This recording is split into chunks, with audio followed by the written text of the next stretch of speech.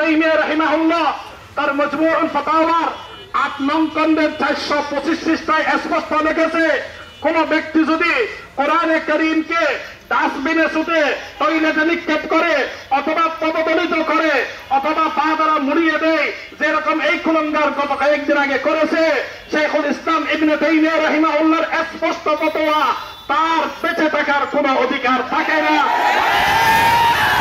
সেই মুবাহুদ্দাম তাকে কতল করা ওয়াজিব। এই দায়িত্ব যদি সরকার যদি আদায় না করে, আমাদেরকে আদায় করতে হয়।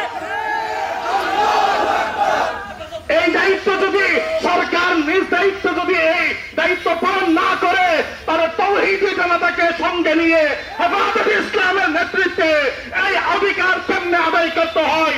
বাংলাদেশের মানুষের যারা আছে স্বপ্ন সত্তরের কথা বলে গেলে আপনাদের ভুল হবে।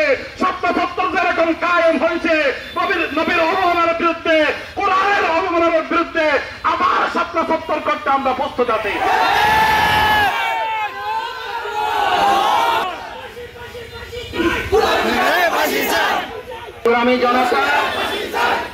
সংগ্রামী জনতা এই পর্যায়ে বক্তব্য রাখবেন হেফাজতে ইসলাম কেন্দ্রীয় কমিটির নির্বাহী